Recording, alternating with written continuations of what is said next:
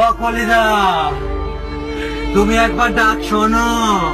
আনিশা আমার কলিজা, ও আমার কলিজা, একটাবার ডাক শোন, শুধু একটাবার মামার ডাক শোন।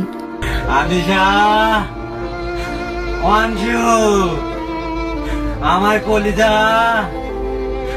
ও কলিজা, তুমি একবার ডাক শোনো। আমার কোলে একবার আসবি না মা? ও মা, আসবি না তুই আমার কোলে? একবার ডাক শোনো মামার, মামার কোলে একবার আসবা না?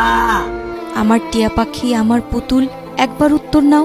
আনিশা, ও পাখু, আমার টিয়া পাখি, আমার পুতুল। এভাবে আদরের ভাগ্নিকে কান্নাজড়িত কণ্ঠে ডাকছিলেন মামা। অঞ্জু, অঞ্জু, যে ভাগ্নিকে আদর করে মামা খাইয়ে দিতেন, কাঁধে নিয়ে ঘুরতেন, সেই ভাগ্নি এখন নিথর দেহ নিয়ে শুয়ে আছে।